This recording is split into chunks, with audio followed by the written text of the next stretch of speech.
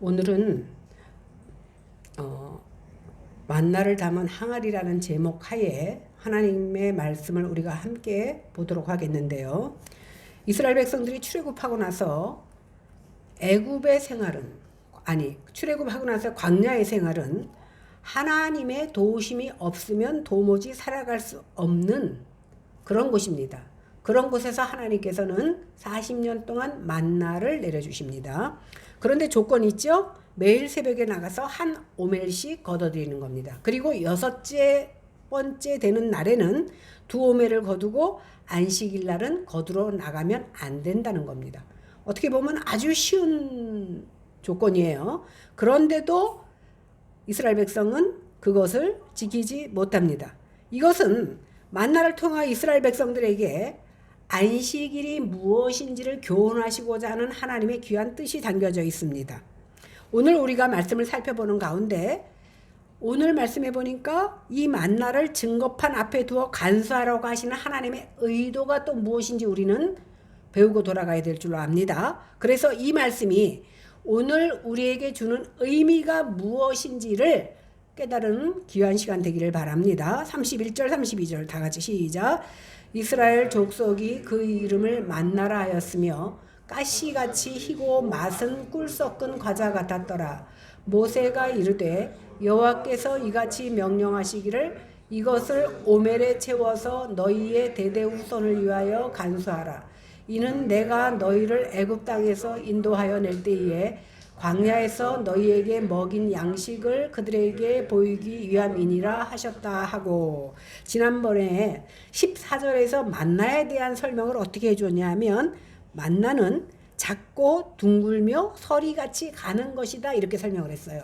그런데 오늘 31절에서는 가시같이 희고 맛은 꿀 섞은 과자 같다. 그러니까 조금 더 구체적인 설명을 하는 것을 알 수 있습니다. 이것은 왜 구체적으로 설명을 하냐면 나중에 만나를 경험하지 못한 이스라엘의 후손들이 좀 더 쉽게 그 설명을 듣고 이해하기 쉽도록 세밀하게 정보를 더해주고 있는 겁니다. 여호와 하나님께서는 설명으로 끝인 것이 아니라 모세에게 뭐라고 명령하시냐면 이 만나를 오멜에 채워서 이스라엘 백성들 대대 후손을 위하여 간수하라고 합니다. 오멜은요 고체량의 단위인데 오늘 36절에 보니까 오멜은 에바 10분의 1이더라 이렇게 나옵니다. 한 에바가 22리터입니다. 이해를 쉽게 하자 그러면 여러분 쌀 한 푸대가 20kg잖아요. 20kg에서 조금 더한 것이 한 에바입니다. 그러니까 오멜은 에바 10분의 1이라 했으니까 그게 22리터니까 이거는 2.2리터. 다시 말해서 옛날에 우리가 쌀 사면 그 작은 대빵 말고 큰 대빵 있잖아요. 그게 2kg거든요. 대두. 그거 하나보다 조금 더한 것이다 이렇게 생각하면 돼요. 그러니까 큰 거 한 대빵 가져오면 우리가 하루 종일 먹고 살 수 있었다는 거예요. 그러니까 한 사람 앞에 한 오멜이 그 광야에서 하루의 양식이 되는 겁니다. 그러니까 큰 대박 조금 넘는 분량을 가지고 3번에 나눠서 먹든 5번에 나눠서 먹든 하루에 먹는 겁니다. 이 한 오멜이 이스라엘 백성들의 광야에서의 하루의 식량인데 이것을 후세에게 간수하라고 한 거예요. 하루분을. 33절 34절 보겠습니다. 시작. 또 모세가 아론에게 이르되 항아리를 가져다가 그 속에 만나 한 오멜을 담아 여호와 앞에 두어 너희 대대로 간수하라. 아론이 여호와께서 모세에게 명령하신 대로 그것을 증거판 앞에 두어 간수하게 하였고, 모세가 이제 아론에게 항아리를 가져다가 그 속에다 한 오멜 만나를 집어넣고 그것을 간수하라고 이릅니다. 아론이 그 만나 한 오멜을 항아리에 담고 증거판 앞에 두어서 간수하게 합니다. 여호와께서 만나 한 오멜을 증거판 앞에 간수하라고 하시는 것은 여호와 하나님께서 이스라엘 백성들에게 출애굽해서 광야로 인도해 낼 때에 광야에서 먹인 양식을 후손들에게 보여주기 위해서입니다. 그런데 여호와 하나님께서 만나 한 오멜을 그 증거판 앞에 두라고 한 것은 단지 광야에서 너희 그 선조들이 무엇을 먹었는지 그 만나만 증거하려고 간수하라고 한 것은 아닙니다. 왜 그러냐면 그 만나 속에는 선조들의 불신과 반역의 증거가 되기도 한다라는 거예요. 우리가 2주 동안의 만나에 대해서 배웠지만 이스라엘 백성들은 가장 쉬운 것 같은 그 만나의 조건조차도 어떻게 했습니까? 어겼잖아요. 오늘 히브리서 9장 3절 4절에 보니까 또 둘째 휘장 뒤에 있는 장막을 지성소라 일컫나니 금 향로와 사면을 금으로 싼 언약궤가 있고 그 안에, 그러니까 언약궤 안에 만나를 담은 금 항아리와 아론의 쌍난 지팡이와 언약의 두 돌판 둘이 있고 그 위에 속죄소를 덮는 영광의 그룹들이 있으니 이것들에 관하여는 이제 낱낱이 말할 수 없다, 이렇게 말하고 있습니다. 이 말씀의 기초에서 보니까 증거계 안에 들어있는 것이 뭐예요? 두 돌판과 만나가 든 항아리와 아론의 쌍난 지팡이, 이렇게 세 가지가 들어있어요. 이 세 가지의 공통점은 뭐냐 하면 모두 다 이스라엘 백성들이 하나님을 반역한 증거들입니다. 간략하게 살펴보겠습니다. 두 돌판이 들어간 것은, 처음 받은 돌판은 모세가 십계명을 받으러 시내산에 올라가요. 그런데 빨리 내려오지 않으니까 이 사람들이 조급증이 생겨서 아론과 그 사람들이 금을 모아서 금송아지를 만들어 놓고 이 금송아지가 우리가 섬기는 하나님이다 그리고 예배합니다. 그 돌판을 가지고 내려와서 보니까 고세를 못 참아서 우상을 만들어서 섬기고 있는 이스라엘 백성의 분노한 모세가 돌판을 집어 던져서 깨버립니다. 그래서 다시 돌판을 받아온 것이 두 번째 돌판. 그래서 두 번째 돌판이 들어가요. 그 다음에 만나도 우리가 배웠지만 제대로 이스라엘 백성들이 순종하지 않았습니다. 그죠? 요만 한 오멜만 걷어라 그랬는데 욕심껏 더 걷어와. 먹지도 못할 거면서. 6일째는 두 오멜을 걷어다가 주일날은 나가지 말라고 그랬는데도 또 거둘까 하고 나갑니다. 이렇게 이스라엘 백성들은 아주 쉬운 하나님의 명령조차도 순종하지 못한 것을 기억하게 하려고 집어넣습니다. 세 번째 보면 민수기, 아론의 쌍난 지팡이잖아요. 민수기 16장 17장에 나오는데 이스라엘 백성 중에서 고라, 다단, 아비람 이런 사람들이 모세와 아론에 반역합니다. 니네만 이스라엘 백성이냐? 우리도 하나님의 언약 백성이다. 그러면서 그들의 권위에 항변합니다. 반역을 일으킨 사건이 나옵니다. 그러니까 하나님께서 각 지파별로 지팡이 하나씩 갖고 와라. 그러니까 12지파니까 12개를 갖다 놓습니다. 그 중에서 지팡이 그러면요, 살아있는 생물이 아니잖아요. 마른 지팡이잖아. 그 마른 지팡이에서 싹이 나는 것이 있는데 그것이 바로 하나님께서 인정하는 것이 됩니다. 그래서 12개 지팡이가 쭉 나오는데 그 가운데서 레위 지파의 지팡이에서 싹이 나옵니다. 이 말은 뭐냐면 하나님께서 레위 지파를 대제사장으로 택하셨다는 것과 대제사장직이 얼마나 하나님께서 권위를 부여하셨다라는 것을, 얼마나 절대적인 것인 거를 모든 백성들 앞에서 증거해주고 있는 겁니다. 그러니까 이것도 뭐예요? 결국은 모세와 아론의 권위에 도전한 이스라엘 백성들의 불순종을 나타내는 겁니다. 그러니까 오늘 증거궤 안에 들어가 있는 이 모든 세 가지는 후손들에게만 보이려고 하는 것이 아니라 이스라엘 백성들이 하나님에 대해서 반역하고 거역한 것에 대한 증거로 보여줍니다. 그런데요, 이 언약궤 안에 있는 세 가지 물건은 모두 이스라엘 백성들의 반역의 증거인데 그 증거들 위에 뭐를 씌우냐면 그 증거물 위에 언약궤 뚜껑을 덮어서 가립니다. 그리고 그 뚜껑에 피를 발라서 속죄를 받는 거예요. 이것이 언약궤에 나타난 하나님의 계시입니다. 그냥 너희들이 반역했어 이거로 끝나는 게 아니라 그 위에 증거궤를 덮고 피를 뿌려서 그 반역된 죄악을 용서해 주시는 의미를 가지고 있습니다. 그러면 오늘 만나를 중심으로 일어나는 이스라엘의 불신과 반역이 어떠한지를 보고, 그럼에도 불구하고 끝까지 하나님께서 지치지 아니하시고 이스라엘 백성들에게 만나를 40년간 주심으로 인간을 향한 인자와 긍휼의 풍성함을 함께 생각해 보도록 하겠습니다. 우리가 지난 그 2주에 걸쳐서 생각해 봤던 것이 뭡니까?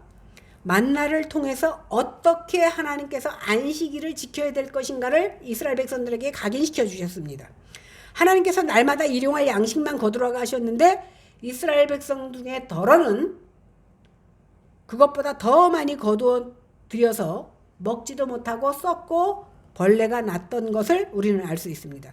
그리고 제6일에는 이틀분의 양식을 거두고 안식일에는 나가지 말라고 분명히 말했음에도 불구하고 불순종하는 일들이 벌어집니다.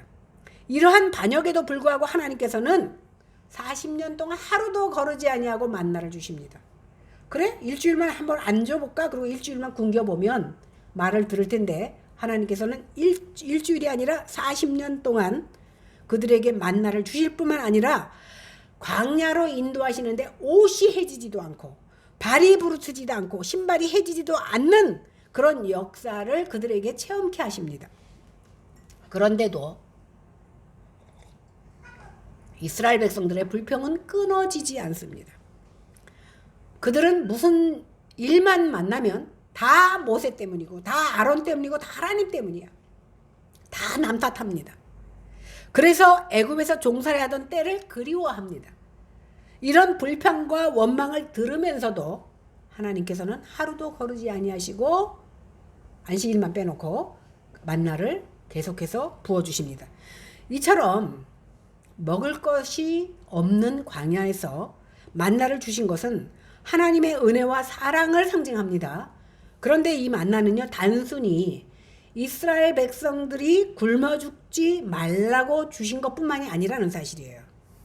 매일 주시는 만나를 통해서 사람이 떡으로만 사는 것이 아니라 하나님의 입에서 나오는 말씀으로 산다라는 것을 깨닫게 하려고 만나를 주신 겁니다.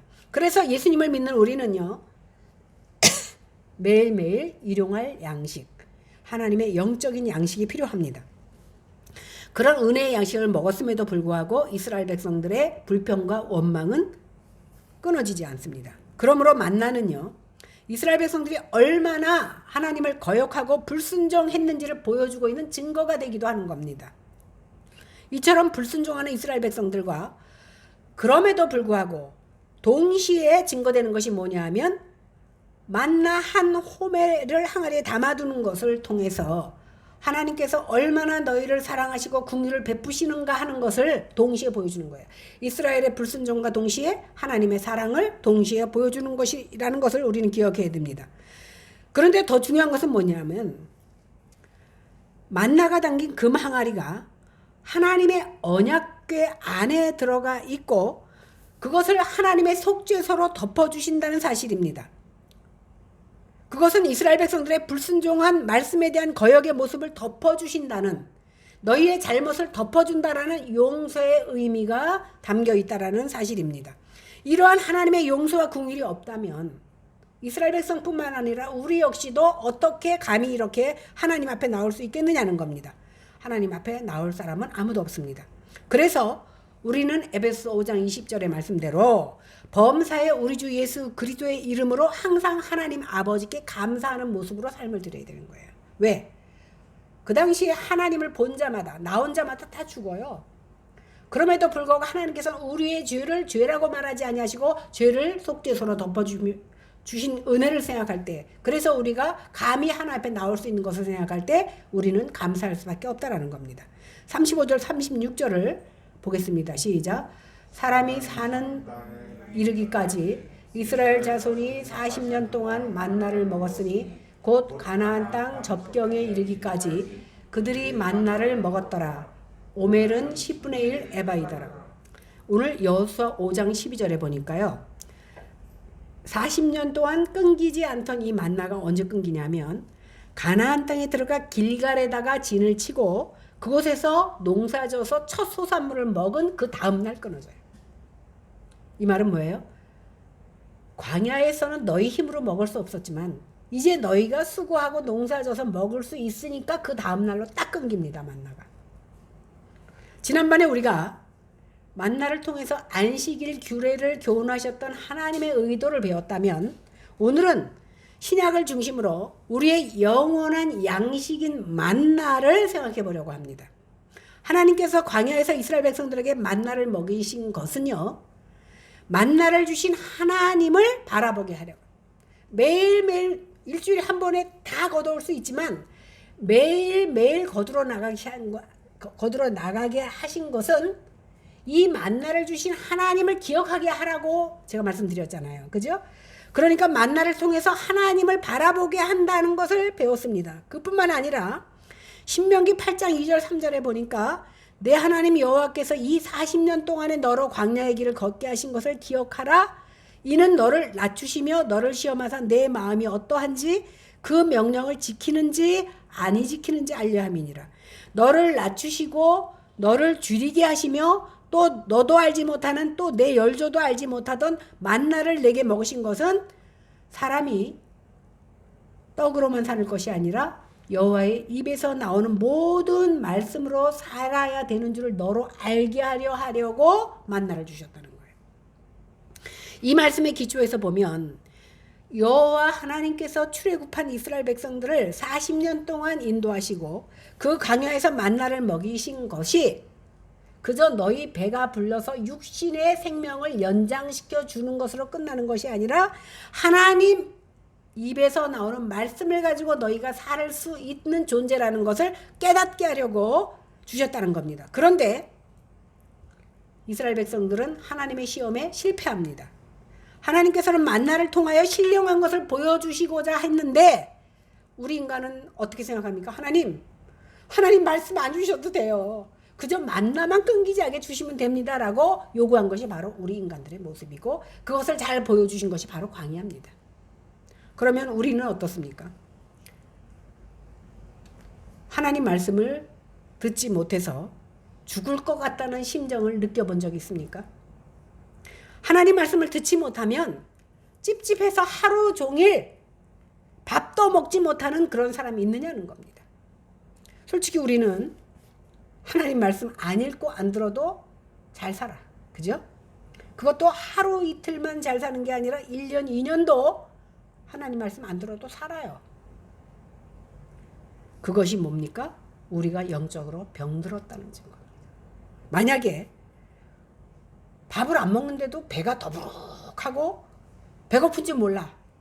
그래서 몇 날 며칠을 안 먹으면 어떻게 됩니까? 결국은 병이 악화되고 치명적인 일을 치를 수밖에 없는 것입니다.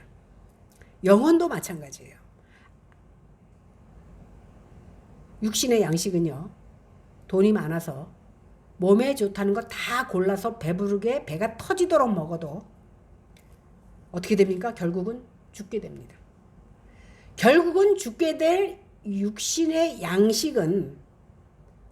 양식이 똑 떨어지면 어떻게 돼요? 안절부절 난리칩니다. 그런데 영원히 살게 할 영적인 양식을 위해서는 아무도 걱정도 하지 않고 근심도 하지 않고 산다는 것이 바로 오늘날의 현실입니다. 곧 하나님의 말씀이 없어도 지금까지 잘 살아왔기 때문에 불편을 느끼지 못한다라는 겁니다. 그러므로 오늘까지 우리가 무엇을 위하여 애쓰고 살아왔는지, 내 배를 불리려고 살아왔는지, 내 영혼을 위해 살아왔는지 이 시간에 깨닫고 돌아가는 시간 되기를 바랍니다. 요한복음 6장 26절 27절에 보니까 예수님께서 오병이어의 사건이 일어난 후에 자기를 찾는 자들에게 이렇게 말씀합니다. 내가 진실로 진실로 너희에게 이르노니 너희가 나를 찾는 것은 표적을 본 까닭이 아니요 떡을 먹고 배부른 까닭이로다. 썩을 양식을 위하여 일하지 말고 영생할 수 있는 양식을 위하여 하라 이렇게 말합니다. 이 양식은요, 인자가 너희에게 주리니 인자는 아버지 하나님의 인지신 자니라 이렇게 말씀하고 있습니다. 예수님께서 자기를 찾는 자들에게 니네들이 왜 나를 찾아왔느냐? 너희들이 나를 찾은 것은 표적을 보고 온 것이 아니라 떡을 받아 먹어서 배부르니까 또 얻어먹으려고 온 거 아니냐 이 말이에요. 쉽게 말하면. 여기서 예수님이 말씀하시는 표적은 요나의 표적인데 십자가에 죽으시고 다시 살아나심을 통해서 영생을 얻게 하려는 주님을 바라보고 온 것이 아니라는 거예요. 이들이 온 목적은 예수님을 따라다니니까 골치 않고 배부르게 먹었기 때문에 쫓아왔다는 겁니다. 그러므로 먹고 배부르는 음식을 성경에 오늘 예수님께서는 썩는 양식이다라고 설명하고 있습니다. 5,000명을 먹이고도 12광주리가 남은 이 떡은 아무리 먹어도 영생에 이르게 할 수 없습니다. 그러므로 썩는 양식을 위해서 일하지 말고 썩지 않는 양식을 위해서 일하라고 오늘 예수님께서는 그를 찾아온 자들에게 말씀하고 있습니다. 그러면 썩지 않는 양식이 뭡니까? 성경은 뭐라고 얘기합니까? 예수님의 살과 피가 썩지 않는 양식이다 이렇게 말합니다. 요한복음 6장 53절 58절에 보니까 예수님께서 이르시되 내가 진실로 진실로 너희에게 이르노니 인자의 살을 먹지 아니하고 인자의 피를 마시지 아니하면 너희 속에 생명이 없느니라 이렇게 말씀합니다. 내 살을 먹고 내 피를 마시는 자는 영생을 가졌고 마지막 날에 내가 그를 살리리니 내 살은 참된 양식이요 내 피는 참된 음료로다. 내 살을 먹고 내 피를 마시는 자는 내 안에 거하고 나도 그 안에 거하나니 살아계신 아버지께서 나를 보내심에 내가 아버지로 인하여 사는 것 같이 나를 먹는 그 사람도 나로 인하여 살리라. 이것은 하늘에서 내려온 떡이니 조상들이 먹고도 죽은 그것과 같지 아니하고 이 떡을 먹는 자는 영원히 살리라. 이해가 되시죠? 세상 양식은 먹어도 다 죽지만 하늘 양식은 먹었지만 어떻게 된다고? 영원히 산다라는 거예요. 이 떡은 예수 그리스도의 떡은 먹어도 영원히 산다라는 겁니다. 그러면 이 양식을 어떻게 먹습니까? 요한복음 6장 28절 29절에 보니까 아까 그 오병이의 사건을 경험하고 사람들이 막 따랐잖아요. 그죠? 막 먹을 걸 막 주고 막 광주리에 남고 이러니까 이야 그리고 따랐어요. 그러면서 이 사람들이 물어봅니다. 예수님한테 우리가 어떻게 해야 하나님의 일을 하는 겁니까? 이렇게 물어봐. 진짜 진지한 것처럼 물어봅니다. 그때 예수님께서 뭐라 그랬냐면 하나님의 보내신 자를 믿는 것이 하나님의 일을 하는 것이다. 하나님의 보내신 자가 누구예요? 예수님이잖아. 그럼 나 믿는 것이 하나님의 일을 하는 거다. 이것은 예수님께서 십자가에서 살이 찢기시고 피를 흘리신 우리로 하여금 예수님 자체가 영생에 이르게 하는 양식이라는 소리예요. 그런데 주기도문에 보니까 우리에게 일용할 양식을 주옵소서 이렇게 기도하라고 그랬어요. 그런데 우리에게 일용할 양식을 주옵소서 이렇게 기도하라는 것은요. 양식을 먹어야 배가 부르고 내 생명이 연장되니까 그거 주세요라고 기도하라는 것이 아니에요.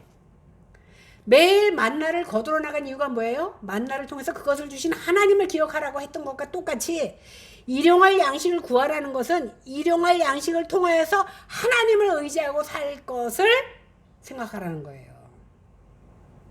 그러니까 문자적으로 받아들이고 어린아이같이 이해하면 안 된다는 거예요. 주기도문에서 일용할 양식을 주옵소서라고 기도하라는 참된 의미 뭐예요?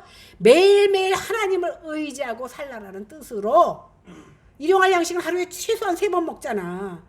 3번 먹으면서 3번 기도하면서 하나님을 기억하라는 거예요. 그래서 믿는 사람들은 하루에 3번은 하나님 앞에 기도할 수 있잖아요. 또 남의 집에 가면 또 기도하고. 이렇게 하나님은 천지의 그 주제이신데 사람의 손으로 지은 전에 계신 것이 아니에요. 성전을 아름답게 지었다고 그곳에 하나님이 계시지 않고요.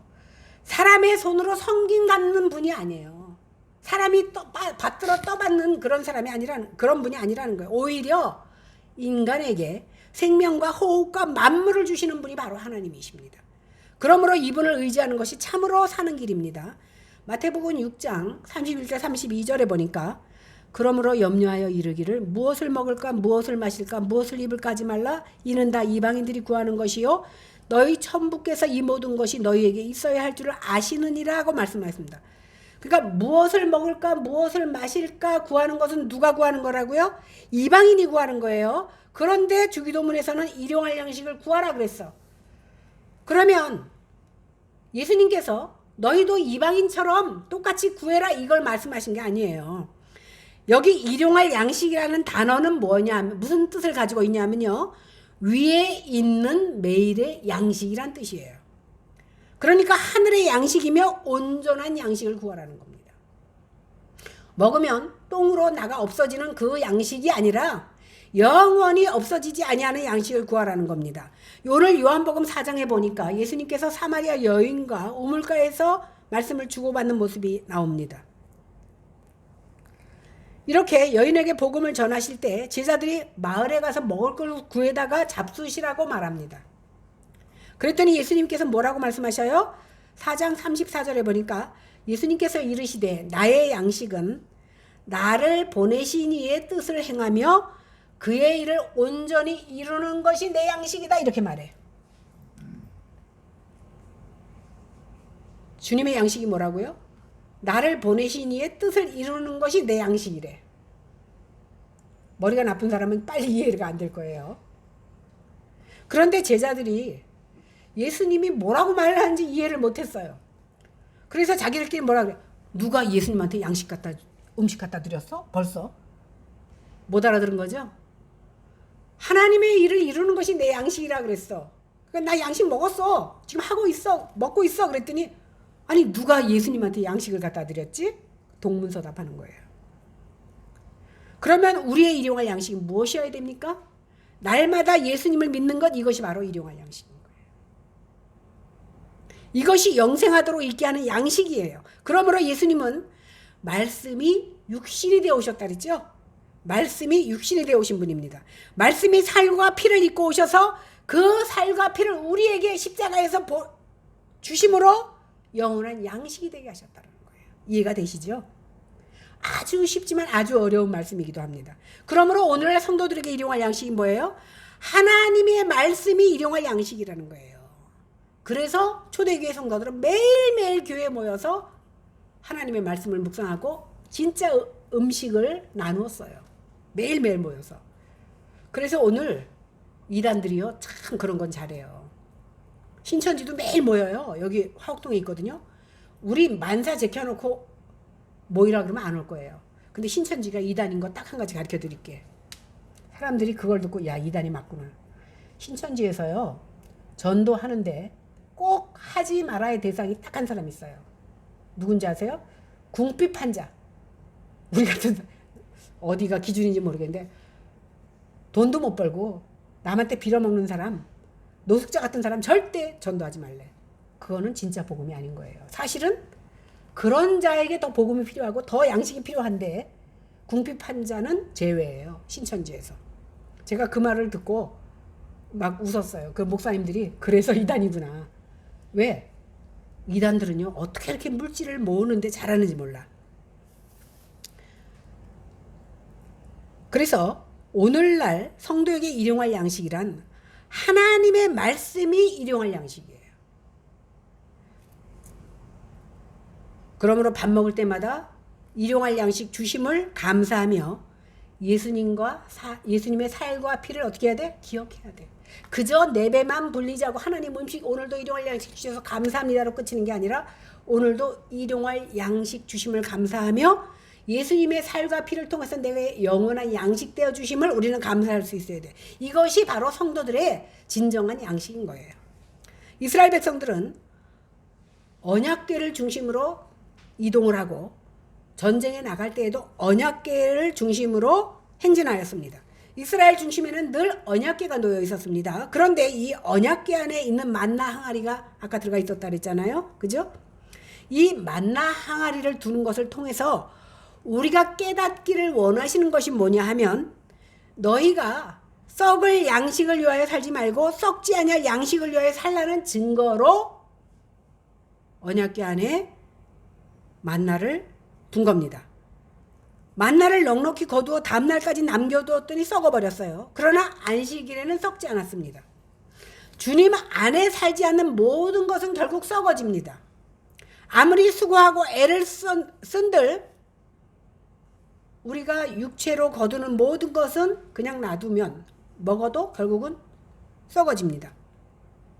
그런데 오늘날 우리는 무엇을 먹고 무엇을 심느냐는 겁니다.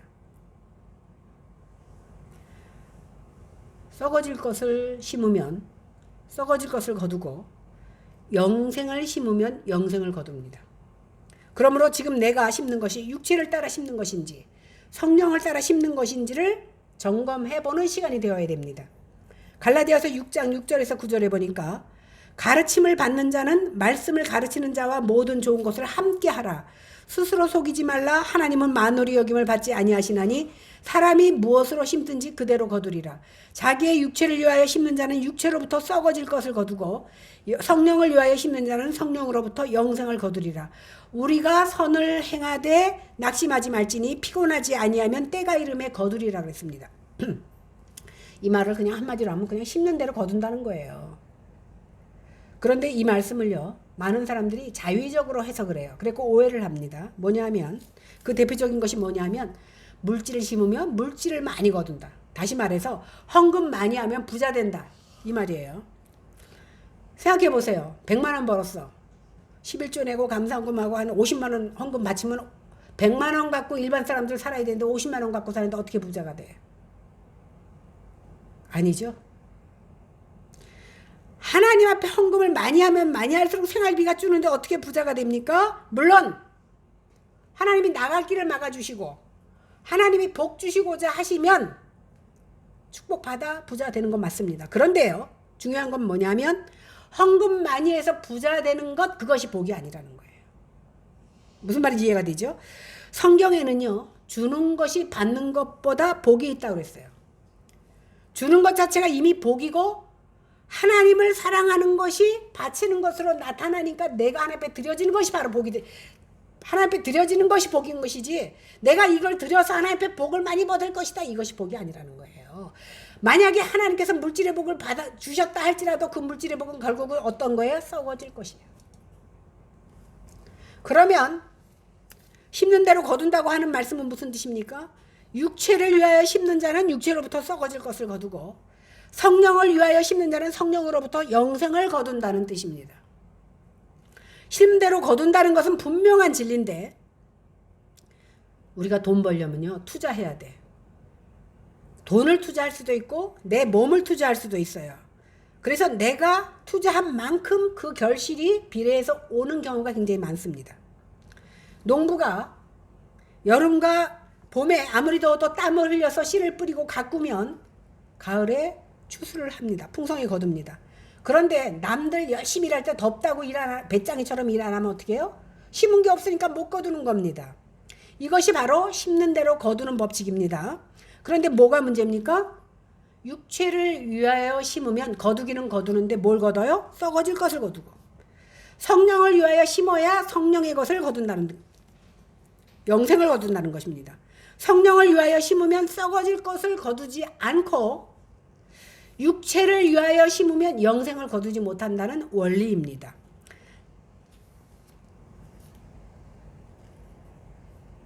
그리고 또 한 가지, 우리가 말씀을 가르치는 자와 각양 좋은 것을 함께 하라. 그러니까 목사님들이 어떻게 설교하냐면 목사를 잘 섬기면 복 받는다, 이렇게 가르쳐 줍니다.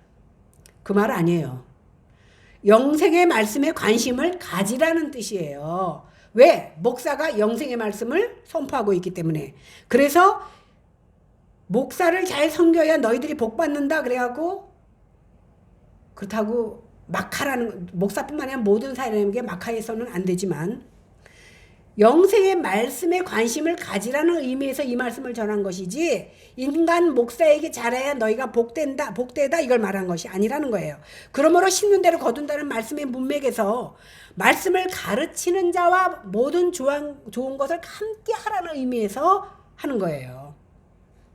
그런데 성령을 따라 심는다고 해도 사실은요, 영적인 것은요, 심어도 그 자리에서 열매가 보이지 않아요.